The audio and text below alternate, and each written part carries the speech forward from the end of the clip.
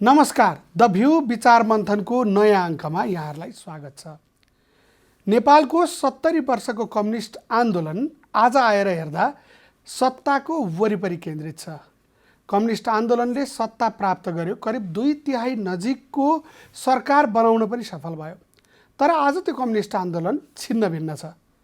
केही सत्ता यो संविधानदेखि बाहिरका शक्तिहरू पनि संविधान अन्तर्गतका प्रक्रियामा ती कम्युनिस्ट शक्तिहरू छिर्ने प्रक्रिया पनि सुरु त भएको छ, तर त्यसले कुन बाटो लिन्छ, कुन दिशा लिन्छ, अबको समाजवादी आन्दोलनको भविष्य गोरेटो यी सबै शक्तिहरूले कसरी तय गर्दैछन् भन्ने विषयमा अन्योलै छ।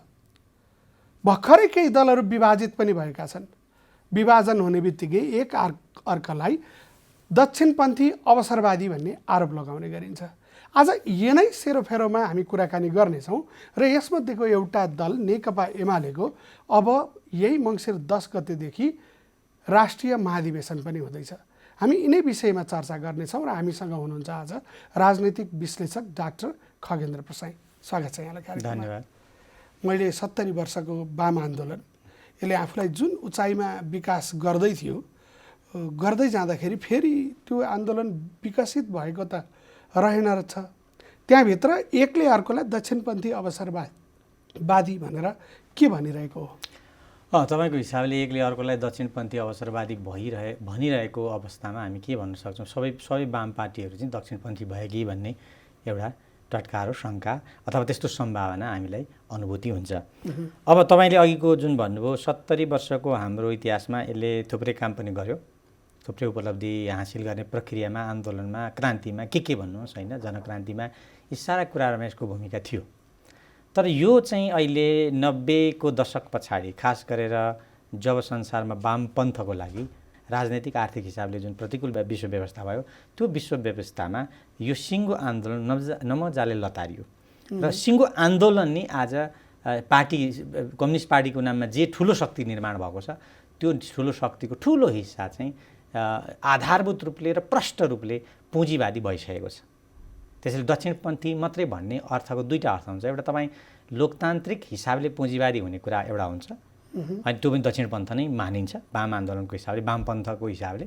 अर्को चाहिँ अलोकतान्त्रिक हिसाबले दक्षिणपन्थी हुने या पुँजीवादी हुने हुन्छ। संसारमा पुँजीवाद भन्ने बित्तिकै डेमोक्रेसी बुझिँदैन।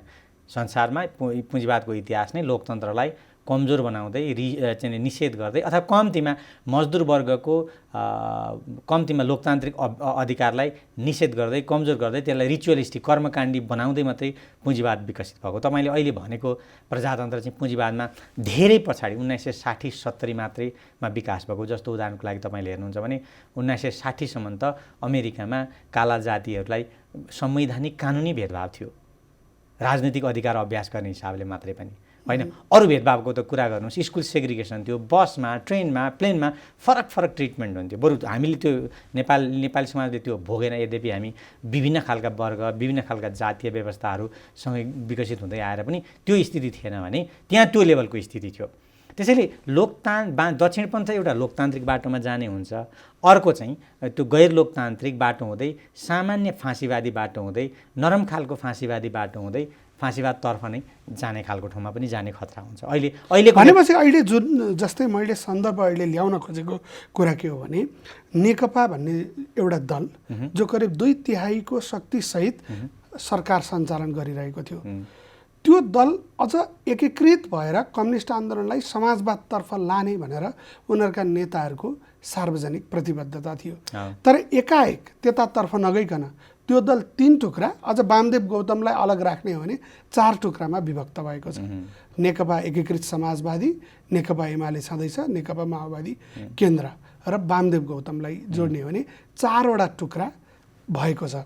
र त्यो प्रत्येक दलले एकअर्कालाई दक्षिणपन्थी अवसरवादी भनेर भनिरहेका छन्।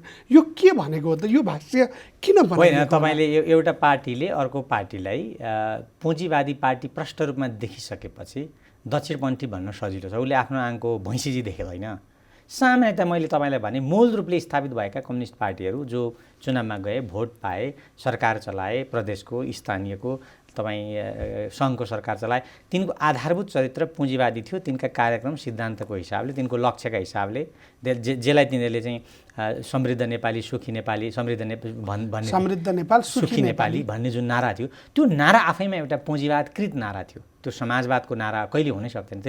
त्यसले समृद्धिलाई ग्रोथमा नाप्थ्यो। त्यो ग्रोथमा नाप्ने कुरा आधारभूत रूपले पुँजीवादी कुरा हो। त्यसले मनुष्यको जीवनको कल्याणमा नाप्दैन थियो। त्यसैले उदाहरणको लागि काठमाडौँमा धेरै गाडीहरू भएर धुवाँ धकार भएर ग्रोथ बढ्छ, तर मान्छे सुखी हुँदैन। र त्यसले ग्रोथलाई यसरी सुखसँग जोड्न खोज्दै थियो। त्यो आधारभूत रूपले पुँजीवादी ग्रोथको कुरा हो। पुँजीवादले जसरी ग्रोथलाई क्यालकुलेसन गर्छ त्यो हिसाबले गर्दै थियो। त्यो स्वयं नारालाई पनि धेरैले के नै राम्रो नाराको अर्थमा बुझ्छन्, तर त्यो आफैमा नारा एउटा पुँजीवादीकृत नारा थियो कि पुँजीवादी उन्मुख पुँजीवादी सिद्धान्तमा आधारित नारा थियो होइन। त्यो हिसाबले हेर्दा पार्टी नेकपा, हिजोको नफुटेको नेकपा, एमाले या माओवादी केन्द्र, नफुटेको एमाले या माओवादी केन्द्र, त्यो तिनीहरू नि पुँजीवादतर्फ गइसकेका थिए र एकले अर्कालाई अहिले दक्षिणपन्थी भन्न खासै अप्ठ्यारो स्थिति रहेन त्यस हिसाबले। सापेक्षिक हिसाबले आज कम्युनिस्ट आन्दोलन यसरी 3-4 टुक्रामा जाने, अझ यता विप्लव मोहन बौद्ध, उता नेमकिपा लगायतका सबै समूहहरू हेर्ने हो भने नेपालको वाम स्पेस चाहिँ के भइरहेको छ? कहाँ छ? कता छ वाम? वाम स्पेस त लगभग मिनिङफुल वाम स्पेस खासै अस्तित्वमा छैन, अथवा भोलि विकसित होला या विकसित हुने त्यसले सम्भावना राख्ला। अहिलेको घडीमा त्यस्तो साँच्चै यो चाहिँ वाम स्पेस हो भन्ने मिनिङफुल वाम स्पेस अहिले देखिने गरी ठुलो आकारमा आइसकेको छैन। तर के छ भने हरेक पार्टीभित्र फेरि सानो सानो वाम स्पेस हुन्छ। कुनै पार्टीमा अलि ठुलो वाम स्पेस हुन्छ, कुनै पार्टीमा अलि सानो वाम स्पेस हुन्छ। कुनै पार्टीले त्यो वाम स्पेसलाई ठाउँ दिन्छ, सम्मान दिन्छ, त्यसलाई ग्रो गर्न दिन्छ। कुनै पार्टीले त्यसलाई निचोरेर राख्छ। जुन पार्टीले चाहिँ त्यो वाम स्पेसलाई अगाडि लान दिन्छ त्यो पार्टी चाहिँ एउटा वाम पार्टीको रूपमा विकसित हुँदै जान्छ।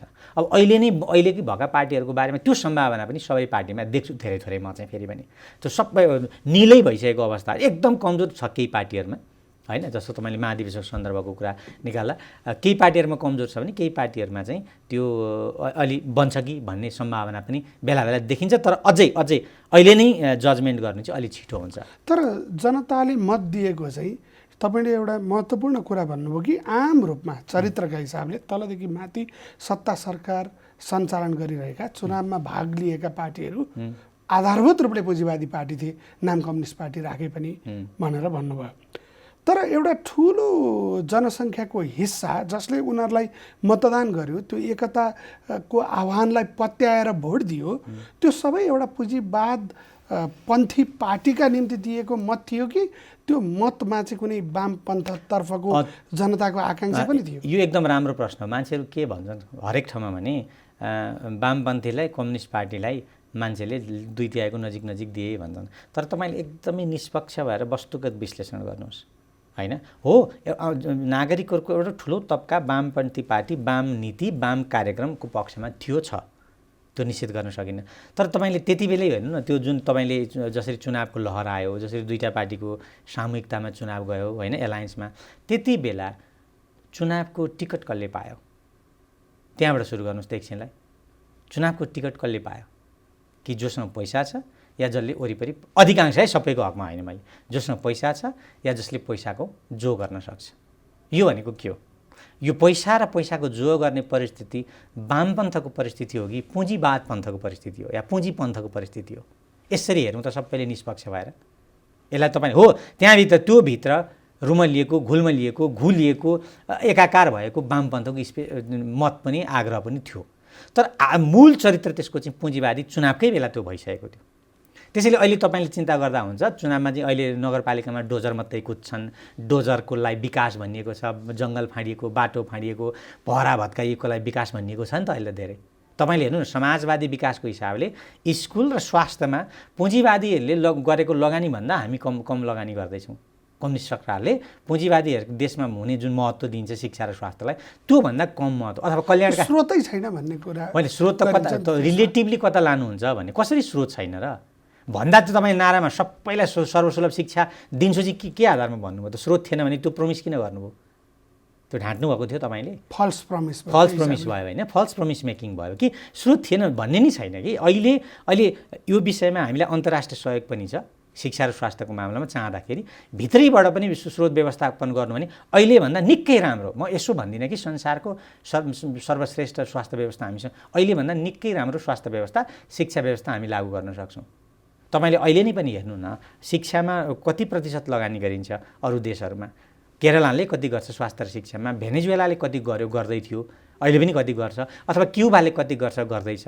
यी केही देशहरू हेर्नुहोस् त जहाँ शिक्षा र स्वास्थ्य, युरोपमै पनि, अब लु छोडिदिनुहोस् भेनेजुएलाको कुरा नगर्नुहोस् एकछिनलाई होइन, उदाहरण ती चाहिँ अलि फार लेफ्टहरू भयो भन्ने मान्नुहुन्छ भने युरोपमा जहाँ पुँजीवादभित्रै कल्याणकारी राज्य व्यवस्थाको बन्दोबस्त गरिएको छ केही क्षेत्रहरूमा, थुप्रै क्षेत्रमा, त्यहाँ हेर्नुहोस् त त्यहाँ शिक्षामा कति लगानी गरिन्छ, फिनल्यान्डले कति लगानी गर्छ, नर्वेले कति। भने पछाडि यो जुन मत त्यो दलले प्राप्त गरेको थियो अथवा त्यो एकताको आह्वानप्रति जुन मत आयो त्यो नै वामपन्थी थिएन। त्यसमा पुँजीपन्थको हिस्सा थियो र नेतृत्वमा, सरकारमा, सत्तामा, नगरपालिकाको मेयरदेखि सांसदको ठुलो हिस्सा, सबै होइन ठुलो हिस्सा पुँजीवादी नै थियो। त्यो त्यसले पैसाका आधारमा चुनाव लडेपछि के हुन्छ, व्यापारीको पैसा, ठेकेदारको पैसा, त्यसो भए अब कालो या सेतो पैसा वामपन्थतिर तान्ने डोर्याउने शक्ति नै छैन त।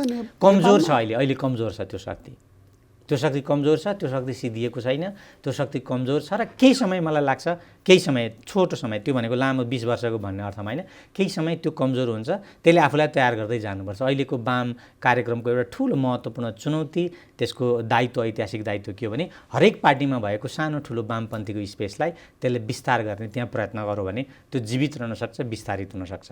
नभए तपाईँले के, यसमा त घाम जत्तिकै छर्लङ्ग छैन र तपाईँले 3 वर्षमा सरकारको बजेट हेर्नुहोस्, नगरपालिकाहरूको प्रायोरिटी हेर्नुहोस्, प्रदेश सरकारका प्रायोरिटीहरू हेर्नुहोस्। अधिकांश केसमा है, सबै ठाउँमा भन्दिनँ, केही एकदम राम्रा काम पनि भएका देखिन्छन्, कति कहिलेकाहीँ मेरै यसो सानातिना अध्ययनले पनि। तर मूलभूत रूपले हाम्रो समाज, हाम्रा स्थानीय सरकारहरू, हाम्रा प्रदेश सरकारहरू, हाम्रो सङ्घीय सरकार, अहिलेको छोड्नुहोस् एकछिनलाई काङ्ग्रेसको नेतृत्वको सरकार, हिजो 2-3 वर्ष, 2.5 वर्ष, 3 वर्ष कुन दिशातिर जान्थे मूलभूत रूपले? त्यो विरुद्ध त प्रतिवाद पनि भयो नि त। प्रतिवाद त भइरहेको छ, केही पार्टीहरू जन्मिए, तहस नहस भयो त्यो शक्ति। त्यो लडाइँलाई तपाईँले पुँजीवाद र वामपन्थ बिचको लडाइँका रूपमा हेर्नुहुन्छ कि यो के भएको? यो अहिले लडाइँको यो टुक्रिएको कुरा चाहिँ पुँजीवाद र पुँजीपन्थ र वामपन्थको बिचको भन्दा पनि आधारभूत रूपले आधारभूत लोकतान्त्रिकता र मैले अझै भन्नु पर्यो अलोकतान्त्रिकता या धेरै थोरै फाँसीवाद, सानोतिनो फाँसीवाद, निकै ठुलो फाँसीवाद होइन, हिंसात्मक तहको फाँसीवाद होइन, लोकतन्त्रको अभ्यासको हिसाबको फाँसीवाद बिचको द्वन्द्व थियो भन्ने लाग्छ मलाई। संविधान पटक पटक विघटन गर्ने कुरा, राज्यका धेरै शक्तिहरू आफूमा केन्द्रित गर्ने कुरा, पार्टीको सबै शक्ति चाहिँ आफैमा रहने कुरा, वैधानिक अवैधानिक हिसाब। उदाहरणको लागि नेकपा एमालेको अध्यक्षलाई हिजो, जहाँ केपी शर्मा ओली र प्रचण्ड दुवैजना, एमालेकै कुरा गरौँ न, ओलीले जित्नुभएको मा अध्यक्षलाई अधिकारै छैन, सबै अधिकार कमिटी प्रणालीमा छ। अनि त्यो कमिटी प्रणाली अभ्यास नगरेर अध्यक्षले विधानमै नभएको अधिकार प्रयोग गर्ने कुरा के हो? र त्यो एकपटक झुकेर अलिकति ज्यादा एक्जाजरेसन होइन, केपी ओलीका कदमहरूलाई फाँसीवादी भन्न खोज्नु भएको। त्यता उन्मुख थिए तिनीहरू, र ती कदमहरू काहीँ करेक्सन भएनन् भने पार्टीभित्र, नेकपा एमालेको महाधिवेशनमा या अस्ति भएको अर्को एउटा विधान महाधिवेशनमा ती करेक्सन हुनेतिर गएनन्। सर्वोच्च अदालतले ती कदमहरूलाई करेक्सन गरेको थियो, तर नेकपा एमाले औपचारिक रूपले सर्वोच्च अदालतलाई गाली गर्यो, त्यसलाई निन्दा गर्यो, दुत्कार्यो र आलोचना गर्यो, स्वीकार्या छैन त्यो कुरा। के हुन्छ यो भनेको के हो? बहुदलीय जनवादमा संविधानको सर्वोच्चता भनेको संविधानको व्याख्याको अन्तिम कुरा, लागू हुने कुरा, सर्वोच्चता भनेको संविधानको हुन्छ। तर संविधानमा भएको धारा दफा यी चिज कुराको व्याख्या कसले गर्छ? पार्टीको नेताले गर्छ भन्दा सर्वोच्च अदालतले गर्छ, तपाईँले बहुदलीय जनवादै मान्दा पनि। अनि त्यो पनि नमानेर, त्यसलाई स्वीकारेर, त्यसलाई समीक्षाको रूपमा नमानेर अदालतमाथि नै तपाईँ खनिनुहुन्छ भने यो के हुन्छ? यो लोकतान्त्रिक चरित्र हुन्छ, बहुदलीय जनवाद अन्तर्गत हुन्छ कि यसको दिशा धेरै थोरै फाँसीवादतर्फ हुन्छ? यो धेरैलाई इजाग्जिटेसन, फाँसीवाद यसरी नै विकसित हुने हो। त्यसले सुरुमा शक्ति केन्द्रित गर्दै जान्छ, मान्छेलाई यादै हुँदैन यो शक्ति केन्द्रित गर्ने प्रक्रियाले एकै ठाउँमा यो तहमा पुगिन्छ कि पुगिँदैन भन्ने कुरो थाहा नै पाउँदैन। तर भ्याट एकैचोटि विस्फोट हुन्छ। हामीलाई टाढै जानु पर्दैन फाँसीवादको अभ्यास हेर्न। तपाईँ इन्डिया जानु न, इन्दिरा गान्धीको इमर्जेन्सी काल, कसैले सोचेको थियो अल अफ अ सडन यस्तो चिज हुन्छ भनेर? लोकतान्त्रिक पार्टी चुनाव जित्दै प्रतिस्पर्धा गर्दै जाँदै त्यसले पार्टी शक्तिलाई, राज्यको शक्तिलाई, पार्टीको शक्तिलाई यसरी कन्सोलिडेट गर्यो कि इन्डिया इन्दिरा इज इन्डिया भन्ने पनि त्यति बेला त्योसम्म ठाउँमा गयो कि आलोचनाको हिसाबले पनि समर्थनको हिसाबले पनि। तपाईँले अहिले हेर्दा पो त्यस्तो सहज लाग्छ त। तपाईँ प्रजातन्त्र निषेध गर्दै जानुहुन्छ एकपछि अर्को, अनि त्यसमा कसैले अङ्कुश लगाउँछ, सर्वोच्च अदालतले या जनमतले या ठुलो शान्तिपूर्ण प्रदर्शनले त्यसलाई दुत्कार्नुहुन्छ, त्यसलाई निन्दा गर्नुहुन्छ, गाली गर्नुहुन्छ, होइन, त्यसलाई मरिजा भन्नुहुन्छ, अनि त्यो बाटो के हो तपाईँको? ल मलाई बताउनु न त अनेस्टली एसेसमेन्ट। भने पछाडि नेकपा एमाले एउटा टुक्रा, हिजोको नेकपाभित्रको एउटा टुक्रा, त्यो चाहिँ आजको अलोकतन्त्रको बिम्ब बनेको छ भन्ने। अलोकतन्त्रको त्यसले पटक पटक पटक अभ्यास गर्छ। एउटा अलोकतान्त्रिक अभ्यास हुनसक्छ कहिलेकाहीँ, झुकिएर आवश्यकतावश, परिस्थितिवश, अज्ञानतावश, आफ्नो कमजोरीवश हुन्छ। त्यस्तो मान्छेको जीवनमा, राजनीतिको जीवनमा हुनसक्छ कि एउटा दुईवटा त्यस्तो अभ्यास गर्न सक्छन् पार्टीहरूले, कहिलेकाहीँ बच्नका लागि गर्छन्, होइन। तर त्यो कन्सिस्टेन्टली गरिरहने र त्यसलाई बचाउ गरिरहने, त्यसमाथि कसैले प्रश्न गर्छ भने तपाईँले हेर्नु न, कसैले त्योमाथि प्रश्न गर्दा त्यसलाई कसरी प्रतिक्रिया गरिन्छ। जब मुख छाड्ने ठाउँमा, गाली बेइज्जतीको तहमा, निन्दा गर्ने तहमा पुगिन्छ भने त्यो कुन चरित्र हुन्छ? लोकतन्त्रको भित्र आँट्छ। बहुदलीय जनवादले त्यो मान्छ। तपाईँ आफ्ना आलोचकहरूलाई यसरी आक्रमण गर्नुहुन्छ भन्छ बहुदलीय जनवादले। मैले त त्यस्तो कहीँ पढाएको छैन बहुदलीय जनवादमा, संविधानमा पनि पढाएको छैन। आलोचकहरूलाई त त्यसले सहस्र हात फर्काएर हात। तर नेकपा एमाले नै यो 9 महाधिवेशन पछाडिको अझ एउटा उच्च तहले त्यसका विषयलाई व्याख्या गरेर आयो भन्ने चाहिँ हिजो ओली कदमको प्रतिवादमा रहेको, तर आज त्यहीभित्र सङ्घर्ष गर्छौँ भनेर पुगेका केही नेताहरूको लेख टिप्पणी भनाइ आइरहेछन्। के होइन, यस्तो हुन्छ कि छिट्टपुट्ट मान्छेले जे पनि भन्न सक्छ, होइन। छिट्टपुट्ट बेला बेला अवसरवादी हिसाबले आफूलाई अनुकूल हुँदा विरोध गर्ने, अनुकूल नहुँदा समाहित हुने, होइन। अनि आफूलाई अलिकति प्रतिकूल भयो अलिकति अवसरवाद देखाउने, लड्ने कुरा कन्सिस्टेन्टली नगर्ने, त्यहाँभित्रको फाँसीवादतर्फ विकसित हुँदै गरेको प्रवृत्ति। मैले फाँसीवादमा पुगेको छ भने छैन, तर्फ छ त्यो, र निरन्तर त्यो तर्फ छ। तपाईँलाई लाग्दैन एउटा लोकतान्त्रिक, एउटा कम्युनिस्ट, एउटा वामपन्थी पार्टीको, एउटा बहुदलीय जनवादको नारा बोकेको पार्टीले अस्तिको विधान महाधिवेशनमा जस्तो व्यक्तिवादको प्रदर्शन गर्यो, जस्तो व्यक्ति पूजाको प्रदर्शन गर्यो, सहमतिका नाममा जस्तो शक्ति केन्द्रीकरण गरेर त्यहाँ भिन्न मत कहाँ सुन्नुभयो तपाईँले? त्यहाँ भिन्न मतको चाहिँ छरे थियो रे होइन थियो। अब त्यो दन्त्य कथाको जस्तो भिन्न मत महाधिवेशन त बडा रनकपूर्ण हुने गर्थे क्या कम्युनिस्ट पार्टीका। तपाईँ जता पक्षको भए पनि महाधिवेशन एउटा ठुलो प्रतीक्षाको विषय हुन्थ्यो। के हुन्छ, कतिले भोट ल्याउँछ, फलानाले कति जित्छ, कसले हार्छ, कसले जित्छ, को केन्द्र। अहिले पनि त रौनकै छ नि, के रौनक? आफ्नै पार्टीको सरकार ढालेर केही अहिले चाहिँ महाधिवेशनको भौतिक भव्यताको रौनक, पार्टीको शुद्धिकरण भयो, केही माओवादीका मानिसहरू पनि आए भन्ने हिसाबको नेकपा एमालेका मूलधारका नेता। तपाईँले महाधिवेशन भनेको पार्टीभित्र 4-5 वर्षमा बसिराखेका विभिन्न मतहरूलाई खेल्ने ठाउँ हो। खुल्ला के 4-5 वर्ष तिनीहरू चुप लागेर बसे हुन्छन्, किन पार्टीको त्यो भएन, पार्टी चल्दैन। त्यो महाधिवेशन भनेको एउटा यस्तो पर्व, यस्तो एउटा महत्त्वपूर्ण घटना हो कि पार्टीभित्र भएका विभिन्न मतहरूलाई खेल्ने ठाउँ हो, है। त्यो खेल्ने ठाउँ छ आज। त्यस्तो देख्नुहुन्छ कुन 2-3टा फरक दस्तावेज चाहिँ पोलिटिकल डिस्कोर्समा ल्याइयो। आवश्यकै भएन। त्यो ठाउँमा पुग्नु भनेको के हो? त्यो ठाउँमा पुग्नु भनेको के हो? एउटा कम्युनिस्ट पार्टी द्वन्द्वात्मकता कहाँ गयो? बहुदलीय जनवादले कल्पना गरेको द्वन्द्वात्मकता चाहिएन त्यो पार्टीले आज चाहिँ। तर 8औँमा पनि त सर्वसम्मत एउटै दस्तावेज त आएको थियो नि, होइन? त्यो पनि ठुलो चाहिँ विचारको मन्थनबाट आएको थियो कि बा, अथवा एउटै दस्तावेज आउने कुरा स्वयंमा बहुदलीय जनवाद अन्तर्गत थिएन कि? त्यस्तो पनि त हुनसक्छ नि। सानो समूहले दस्तावेज ल्याउने हैसियतै राखेन कि बा?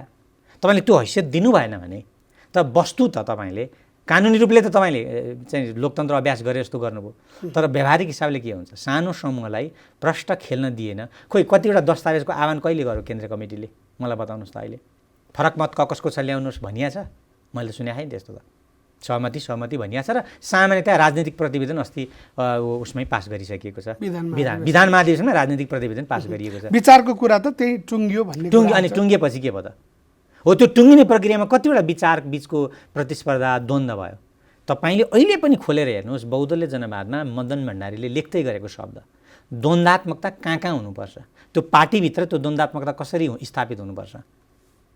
द्वन्द्वात्मकतालाई मदनले प्रतिस्पर्धाको अर्थमा पनि लिनुभएको छ, र जहाँ प्रतिस्पर्धा हुँदैन, जहाँ यस्तो इन्टरेक्सन हुँदैन, जीवन्तता हुँदैन, त्यो अर्थको।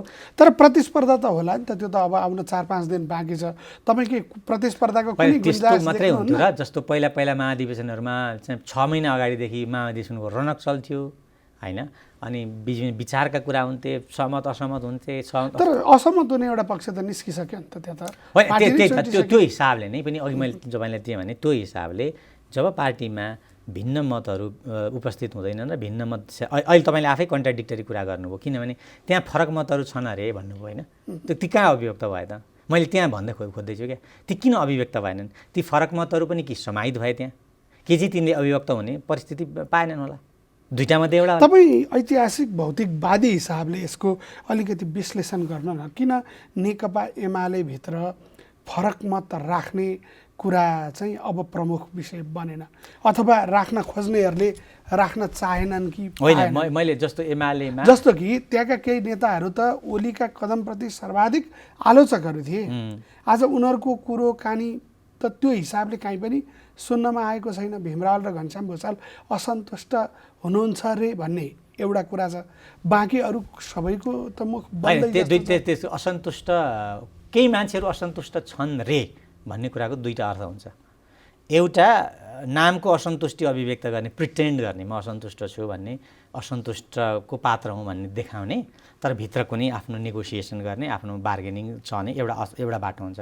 अर्को बाटो हुन्छ असन्तुष्ट थिएँ तर मैले पार्टीमा चाहिँ असन्तुष्टि अभिव्यक्त गर्ने कुनै ठाउँ फोरम पाइनँ, या मैले गर्न चाहिनँ, अवसरवाद हुन्छ अर्को। तेस्रो चाहिँ गर्न चाहिनँ किनभने मैले असन्तुष्टि व्यक्त गर्दा मेरो अहिलेको खाइपाइ आएको जेथा जमिन के हुन्छ, घट गरेर चाहिँ खोसिन्छ जान्छ भन्ने यो दुई तिनवटा कारणले तपाईँले भनेको असन्तुष्टि आउँछ। मलाई थाहा छैन ठ्याक्राक्कै के हो, म किनभने धेरै अनुमान पनि गर्दिनँ होइन, मतलब मसँग त्यस्तो तथ्य पनि छैन, तर म यो दुई तिनवटा कुरा भन्छु। असन्तुष्ट हो भने महाधिवेशनमा पनि तपाईँले आफ्नो असन्तुष्टि पोख्नु भएको छैन भने पहिलो कुरो तपाईँको असन्तुष्टि बेकारको असन्तुष्टि हो, नौटङ्की हो भन्नुपर्छ होइन। अर्को कुरो के चाहिँ तपाईँको पार्टीमा तपाईँको असन्तुष्ट अभिव्यक्त गर्ने ठाउँ छैन, त्यो फाँसीवादी पार्टी उन्मुख छ, त्यो लोकतान्त्रिक पार्टीको रूपमा या सामान्यतया मदनले नै व्याख्या गर्दै गरेको बौद्धले जनवादी पार्टीको रूपमा पनि स्थापित छैन होइन। या तपाईँ त्यो असन्तुष्टि अभिव्यक्त गरेर आफ्नो केही लेनदेन हिसाब किताबलाई मिलाउँदै हुनुहुन्छ भन्ने तिन चारवटा अनुमान गर्न सकिन्छ क्या। तर मैले मूल अनुमान के गर्छु भने मैले मेरो विश्लेषणले के गर्छ भने सूचनाहरूको आधारमा आधारभूत रूपले त्यहाँ वैचारिक हिसाबले एकदम खुला हुने वातावरण छैन, सामान्यतया अलिअलि छैन, र केही साथीहरू वैचारिक हिसाबले हामी असन्तुष्ट छौँ भन्नेहरूले पनि त्यो साहस गरेनन्, देखाएका छैनन्। महाधिवेशनको 4 दिन अगाडिसम्म तपाईँको असन्तुष्टि के हो जगतले थाहा पाउँदैन, अनि कसरी तपाईँ महाधिवेशन लोकतान्त्रिक हुँदैछ, महाधिवेशन एकदमै एउटा 5 वर्षमा हुने एउटा ठुलो महान घटना बन्दैछ, कसरी भन्नुहुन्छ? फेरि यो महाधिवेशनले वाम एकताकै लागि आह्वान गर्नुपर्छ, खास बाटो चाहिँ एकताकै हो भनेर नेकपा एमालेमा भनिने कुरालाई कसरी हेर्नुहुन्छ? होइन, यो त भन्न त जे पनि भन्न सकिन्छ। जस्तो वाम हिजो बन्दै गरेको एकता फुटाएको कसले हो, फुट्ने ठाउँमा पुर्याएको कसले हो, वस्तुगत हिसाबले तपाईँ हेर्नुहोस्। मैले प्रष्ट देख्दाखेरि केपी शर्मा ओलीले नेतृत्व गरेको समूह त्यसको लागि जिम्मेदार छ मूलभूत रूपले, त्यो प्रष्ट भन्नुपर्छ। किन मूलभूत रूपले त्यो जिम्मेदार छ? एकजना म केपी शर्मा ओली मात्रै व्यक्तिको हिसाबले भन्दिनँ, किनभने त्यस्तो चरित्र त्यस्तो प्रवृत्ति चाहिँ थुप्रै मान्छेहरूको त्यहाँ छ क्या त्यो पार्टीभित्र।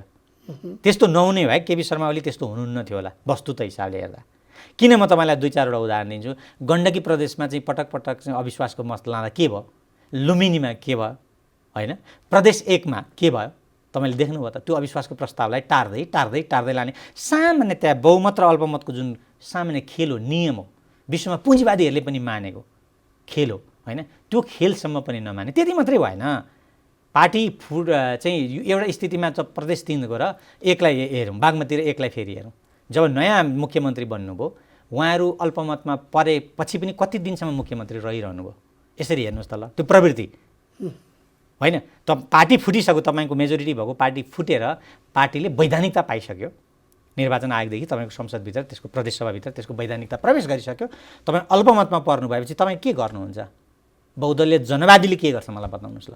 त्यसको राजनैतिक नैतिक दायित्व के हुन्छ? इधर तपाईँ अर्को एलायन्स बनाएर आफ्नो बहुमत लिनुहोस् या तुरुन्त भोलिपल्ट राजीनामा गर्नुहोस्। भोलिपल्ट के त्यो 30 दिन के भनेको चाहिँ को संविधानले एउटा यस्तो सिचुएसन कल्पना गर्छ व्याख्यामा कि एकदम परिस्थिति असहज छ, त्यो छ भने तुरुन्त त्यो ट्रान्जिसन हुन्छ, अनि अर्को मुख्यमन्त्री या प्रधानमन्त्री नआइन्जेल त्यो 30 दिनको चाहिँ एउटा कुसन जस्तो काम गर्छ भन्ने अर्थमा तपाईँले 30 दिन पर्खिनु पर्दैन नि त। पर्खिँदैछ, तिहार पर्ख्यो, दसैँ पर्ख्यो, के पर्ख्यो, टार्या यो किन गरिन्छ भन्नु? भोलिपल्ट होइन राजीनामा दिनुपर्ने, तपाईँको पार्टी फुटेर तपाईँ अल्पमतमा परेपछि यो के प्रवृत्ति होला मलाई भन्नुहोस्। अब यो एउटा व्यक्तिको कुरा गरेँ। भनेपछि नेकपा त्यहाँभित्र एमाले त्यस्तो प्रवृत्ति छ नि जुन तर सरकारमा त्यही शक्ति तपाईँले भन्नुभयो कि केपी शर्मा ओलीसँग जोडिएको समूह नै जनताको बहुदलीय जनवादको चाहिँ अंशियार जस्तो खास उत्तराधिकार जस्तो कुराकानी सुनिन्छ नि त। के हो यो? होइन, त्यो ज्यादै पूर्वाग्रह होइन मैले व्यवहारको हिसाबले मैले अहिले जुन तथ्यहरू भने ती कुनै अतथ्य हुन्, त्यसमा कुनै 1% पनि असत्यता छ? प्रदेश 1 र 3 को मुख्यमन्त्रीले अल्पमतमा परेपछि कति लामो समयसम्म त्यति मात्रै गर्नु, उहाँले त मन्त्री परिषद चाहिँ त्यो प्रदेशको मन्त्री परिषद विस्तारसम्म गर्नुभयो क्या। कस्तो मान्छेले गर्छ त्यो कुरा? ल मलाई बताउनुहोस् त। तपाईँ अल्पमतमा पर्नुहुन्छ, राजीनामा दिनुको सट्टा मन्त्री परिषद विस्तार। बहुदलीय जनवादले कल्पना गरेको तपाईँको राजनीतिक सङ्घर्षको तरिका त्यही हो। न्यूनतम कुरा गर्नु न, त्यसले मानेको के हो? संविधानको सर्वोच्चता, अल्पमत र बहुमत। तपाईँ अल्पमतमा पर्नेका दिन के गर्नुपर्छ? तपाईँले बहुदलीय जनवाद मलाई भन्नु, तपाईँले पनि अध्ययन गर्नुभएको छ, तपाईँ प्रतिपक्षमा बस्नुपर्छ भन्छ होइन त्यसले? स्वाभाविक छ। तपाईँको मत प्रष्ट छ। जनमत या सिट बहुमतको सरकार अल्पमतको विपक्ष। अनि तपाईँ बस्नुभयो, त्यसरी बस्यो, नेकपा एमाले बस्यो, बसेन? भनेपछि त्यो चरित्र जुन छ नि, गण्डकीमा अघि मैले भने नि, गण्डकीमा चाहिँ संविधानको त धुलो उडाइयो, लुम्बिनीमा धुलो उडाइएन संविधानको। तपाईँ कतिचोटि कति तिकडम गर्दै चाहिँ सरकारमा बसिरहनु भयो त्यहाँको मुख्यमन्त्री।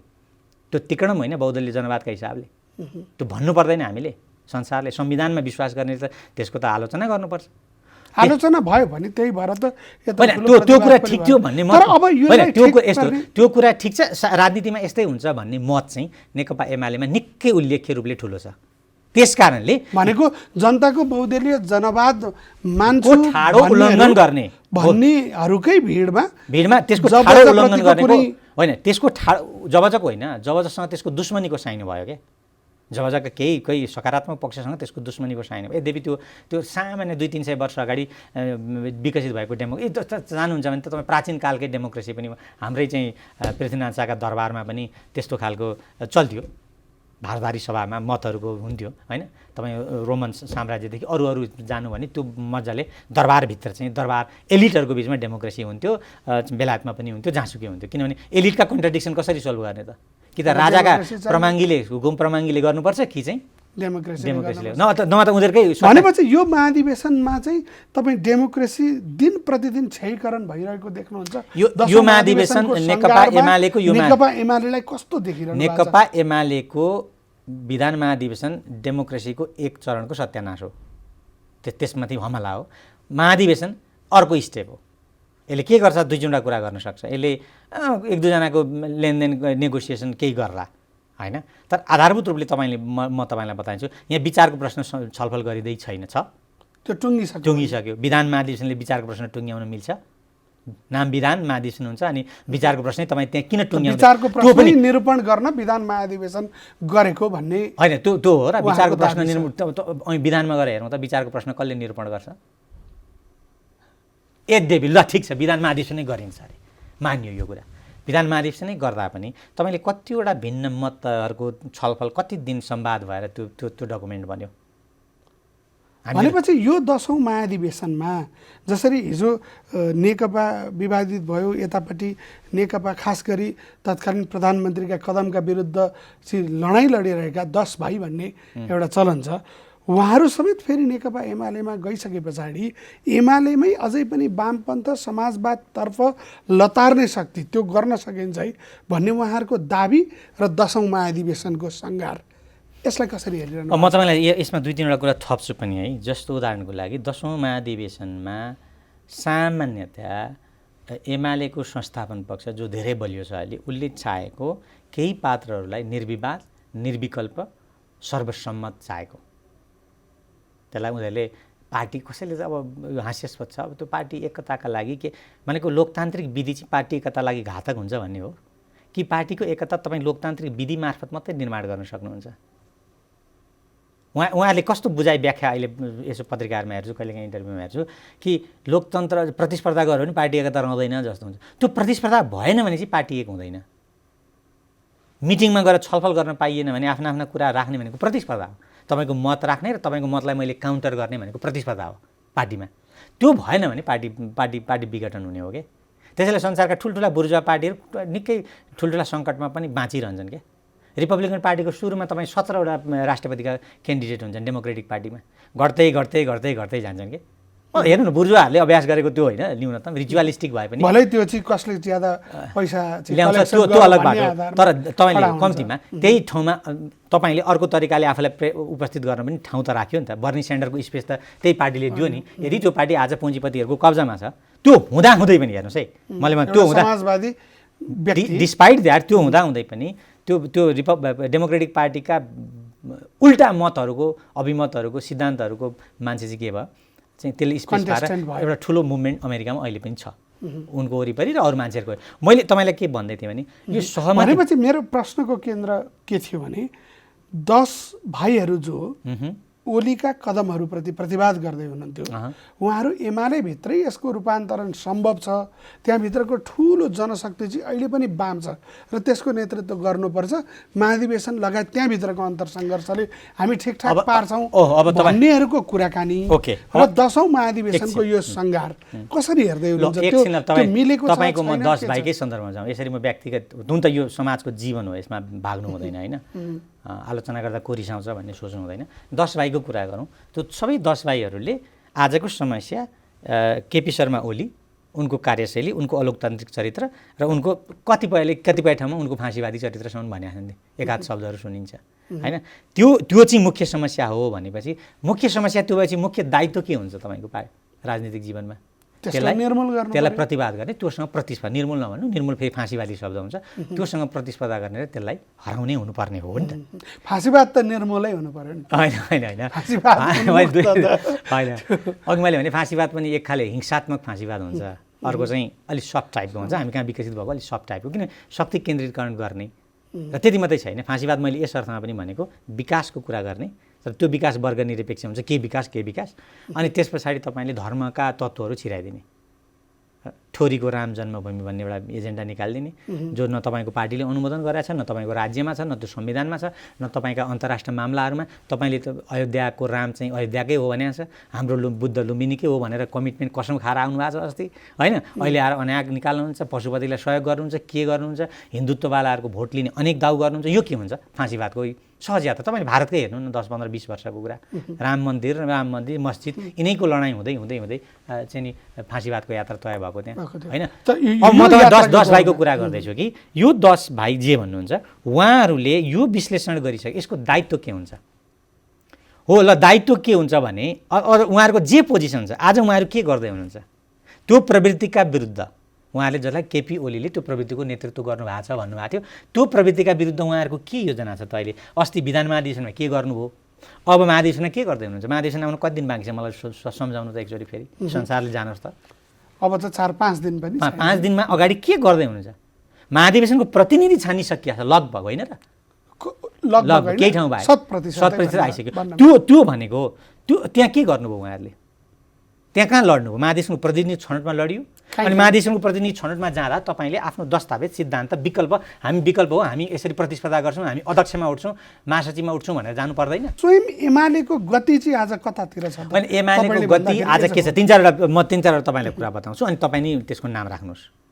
1, केही व्यक्तिमा या एउटा व्यक्तिमा शक्ति एकीकरण गर्ने। त्यही पार्टीले भन्छ हाम्रो पार्टीमा अध्ययनशील मान्छेहरू, बुझ्ने मान्छेहरू छैनन् भने त्यो केपी शर्मा ओलीको राजनीतिक प्रतिवेदनमा छ है, त्यही छ। चढ्ने, अध्ययन गर्ने समय यो हाम्रो पार्टीमा एकदम ठुलो सङ्कट छ, टाट पल्ट्यो भन्ने खालका केही शब्दहरू छन् त्यहाँ, त्यो आशयका प्रश्नसँग। अनि त्यो पार्टीको शक्ति केन्द्रीकरण सारा कुरा एकजना व्यक्तिको नाममा हुँदैछ र संसारमै कहीँ पनि सामान्यतया नहुने, स्टालिनको युगमा हुने कुरा, अथवा माओ एकदम ठुलो विराट मान्छे भएका बेला हुने कुरा, विधान अधिवेशन महाधिवेशनमा तिनका डमी बनाइन्छन्, तिनको पुतला बनाइन्छ, के पुतला होइन, डमी बनाइन्छन्, फोटो बनाइन्छन्, राखिन्छन्, पानी खाने बोतलदेखि व्यक्तिलाई यसरी प्रोजेक्ट गरिन्छ। कम्युनिस्ट पार्टी, बहुदलीय जनवादले त्यस्तो कल्पना गर्छ, त्यस्तो व्यक्तिवादको। अनि त्यही पार्टीको विधानमा केपी शर्मा ओली प्रचण्डको व्यक्तिवादको आलोचना गर्दै हुनुहुन्छ। फरक त केही पनि थिएन, केही पनि छैन होइन। यो बाटो एउटा छ, यहाँभित्र भिन्न मतको प्रतिस्पर्धा छैन, डिस्कसन छैन, आलोचनात्मक समीक्षा छैन। हिजोका कर्मको एक लाइन हेर्नु होला, हिजोका 7-3 वर्षका कहीँ ठाउँमा पनि समीक्षा भने एक लाइन पनि छैन, हामीले यो गल्ती गऱ्यौँ भने मूल अदालतकै फैसलालाई पनि उनले निन्दा गर्नुभएको छ होइन। त्यस कारणले यो हुँदै जाँदा अनि शक्तिमा केन्द्रीकरण गर्ने, राज्य चलाउँदा सारा एक्लै चलाउने, अनि त्यस पछाडि त्यहाँ मान्छेहरू चाहिँ एउटा व्यक्तिको फ्यान भएर विकसित हुने, आई लभ यु फलानु भन्दै, होइन? अनि चाहिँ व्यक्तिलाई यसरी प्रोजेक्ट गर्ने कि होइन, सारा पार्टी भनेको व्यक्ति हो भनेर प्रोजेक्ट गर्दै गएपछि लोकतन्त्रको स्पेस साँगुरो हो। अनि बहुमत र अल्पमतको नियम नमान्ने प्रदेशमा हुँदा या सङ्घ सरकारमा हो, अनि यो पार्टी कता? त्यस पछाडि अब तपाईँ हिन्दूको एजेन्डा ल्याउने, धर्मको एजेन्डा छिराइदिने कम्युनिस्ट पार्टीमा कहाँ छ त्यस्तो विधानमा? महाधिवेशनको दस्तावेजमा कहाँ छ? मन्दिरको कुरा निकाल्ने भनेपछि अब यो गएपछि डेमोक्रेसीको हिसाबले तपाईँले नेकपा एमाले प्रति त एक हिसाबले लोकतन्त्रमाथि नै खतरा उत्पन्न गराउने ल्याकत भएको शक्तिको रूपमा व्याख्या गर्नुभयो। त्यो होइन र, त्यो होइन र। मैले अब यता गठबन्धन चाहिँ के देख्दै हुनुहुन्छ? यसको प्रतिवादमा जुन गठबन्धन बन्यो होइन, कङ्ग्रेस सहितको गठबन्धन, त्यस पछाडि त्योबाट एक हिसाबले आफूलाई पुनर्गठन गरेको भन्ने दाबी छ नेकपा एकीकृत समाजवादीको। होइन, अब यो गठबन्धन जस्तै होइन, एकीकृत समाजवादीलाई कसरी? अहिले लोकतान्त्रिक हिसाबले यो गठबन्धन ले जे गर्नु पर्थ्यो भन्ने थियो त्यस्तो गरेको छैन भन्ने देखिन्छ सामान्य। अब केही चिजहरू गरे होला। र मुख्य कुरा गठबन्धनको कुरा कसैले भन्दाखेरि चाहिँ केपी शर्मा ओलीको अथवा नेकपा एमालेको फाँसीवादी यात्रा रोक्ने, उनको स्वेच्छाचारिता रोक्ने भन्ने थियो भने त्यसले रोक्यो भन्ने अर्थमा बुझियो, त्यो सफल भयो। तर त्यस पछाडि पनि त गठबन्धन यो त वैधानिक बहुमतको सरकार हो, यसले त त्यसलाई फाल्ने मात्रै होइन, हिजोको सरकार फाल्ने मात्रै यसको दायित्व होइन, होइन? त्यस कारणले यो गठबन्धनले जे गर्न छ, फेरि गठबन्धनका धेरै सीमा हुन्छन् क्या। गठबन्धनमा एक चिज गरौँ भन्ने कुरा पनि फुत्त निस्किन गाह्रो पर्छ। हिजो जोडिँदाखेरि उत्साही हुनुहुँदैन थियो, आज टुक्रेर फेरि त्यही कुरा कि पार्टीलाई एउटा लोकतान्त्रिक गतिमा डोर्याउने र वाम पार्टीका रूपमा खडा गर्ने भनेर घोषित प्रतिबद्धता जाहेर गरिरहेको पार्टीप्रति तपाईँको प्रारम्भिक विश्लेषण? अहिले प्रारम्भिक विश्लेषणमा मैले यसलाई चाहिँ बेनिफिट अफ डाउट दिउँ एकछिनलाई, कि कुनै पार्टीको बारेमा यसरी प्रि जज नगरौँ, त्यसका क्रियाकलाप हेरौँ, अलिकति समय लिएर हेरौँ भन्ने हो, होइन? अब तपाईँलाई म अघि भन्छु, यो कुरा कन्डिसनल हो। जस्तो मैले पहिला नेकपा बन्दा यो जुन गलत विधिले बनेको छ, यो गलत विधिलाई बिचमा काहीँ करेक्सन गरिएन भनेको छु। यो मेरा धेरै विश्लेषणमा त्यो करेक्सन गरेर पार्टी कमिटी प्रणालीमा एउटा जनवादी केन्द्रीयताको न्यूनतम सिद्धान्त छ नि, त्यो कमिटी प्रणालीमा तर्फ उन्मुख गरिएन भने यो दुर्घटनामा जान्छ। जसरी जुटेको थियो त्यसरी फुट्छ भन्ने हो। अब एकीकृत समाजवादी पार्टीले पनि आफूलाई वामपन्थको स्पेस बढाउँदै वाम मुद्दाहरूलाई स्थापित गर्दै, होइन? अब यो त हेर्नै बाँकी छ, त्यसको पार्टीका त कमिटी भर्खर 2-3 दिनदेखि बन्दैछन्, होइन?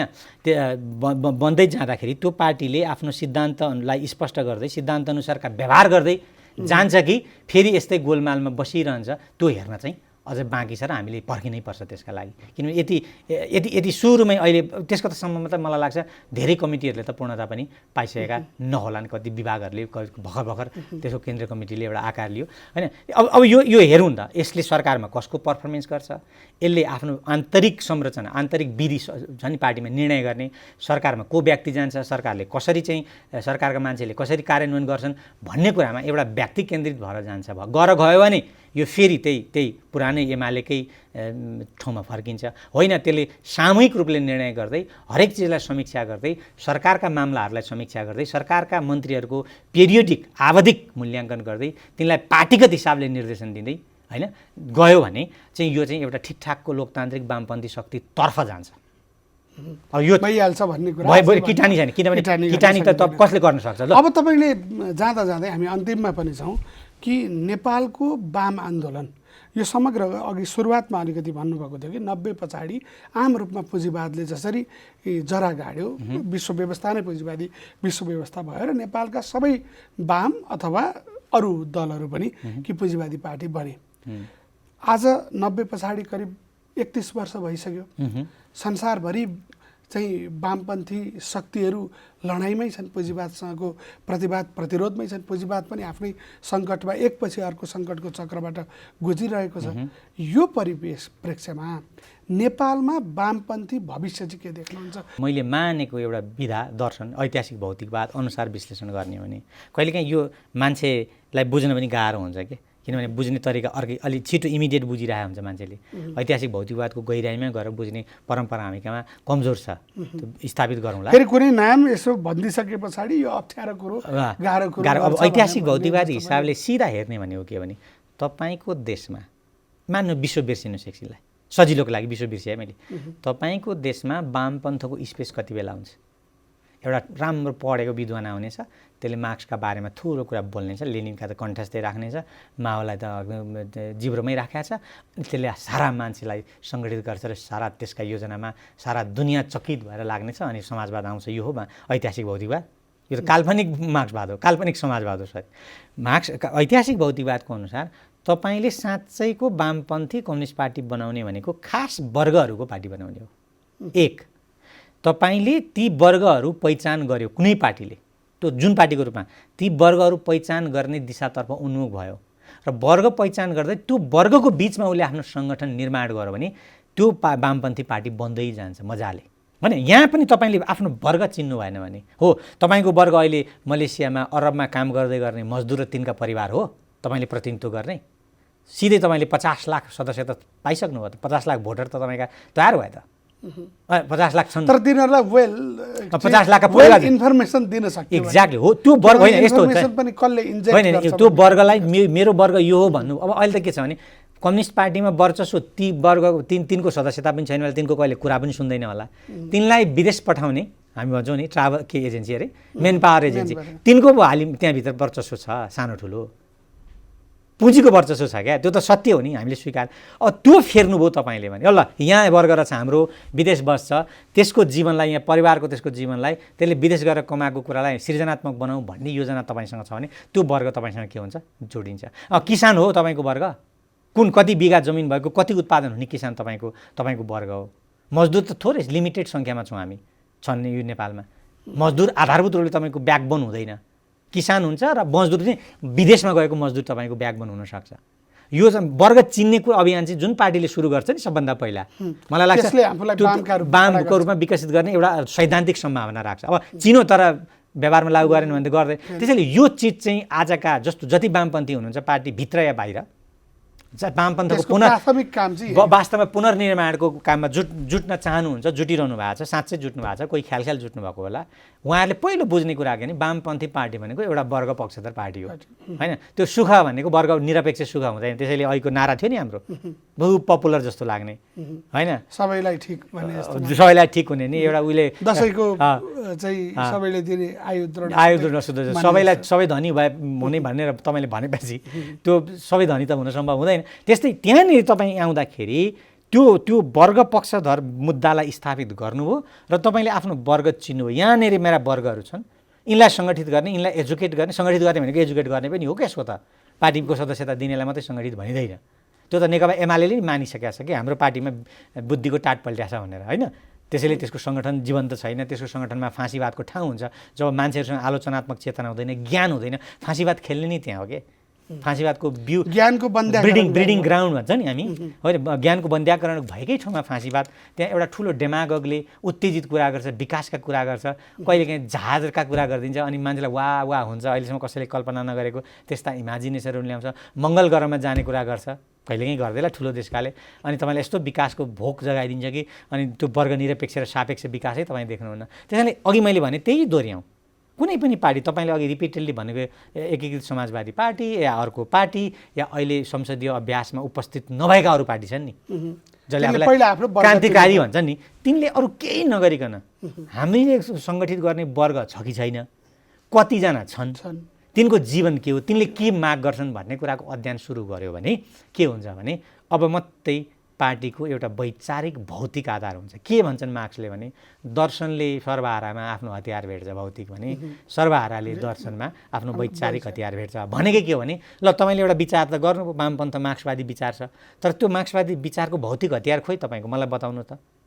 किसान मजदुर यसै भन्दा हुन्छ, कति प्रतिशत किसान छन्, किसान भन्ने एउटा वर्ग हुन्छ। किसान त जेनेरिक टर्म हो नि, 40, 15, 25 बिघा 20 बिघा जमिन हुने किसान जसको करोडौँको मूल्यको जमिन भइसकेका छ, त्यो र मरिमरि काम गर्दाखेरि 2 बिघा पनि नभएको खाना वर्षभरि पुग्ने या नपुग्ने किसान एउटै किसान हुन्छ। अनि किसान वर्ग चिन्नु पर्यो तपाईँ, शोषित वर्ग, समाजमा तलपट्टि अन्यायमा परेको शोषणमा परेको वर्ग चिनेर त्यसलाई सङ्गठित गर्नु भनेको तपाईँसँग ठुलो सम्भावना, त्यसले मात्रै वामपन्थको पुनर्निर्माण गर्छ। अरू समयका लागि धेरै धेरै तपाईँलाई पनि धन्यवाद। आज हामीले कुराकानी गऱ्यौँ डाक्टर खगेन्द्र प्रसाईसँग। अर्को हप्ता यसै समय हामी फेरि उपस्थित हुने नै छौँ। त्यतिन्जेलसम्मका लागि जनताद्वारा जनताका लागि प्रसारित जनता टेलिभिजन हेरिरहनुहोस्। आजलाई द भ्यू विचार मन्थन यति। नमस्कार।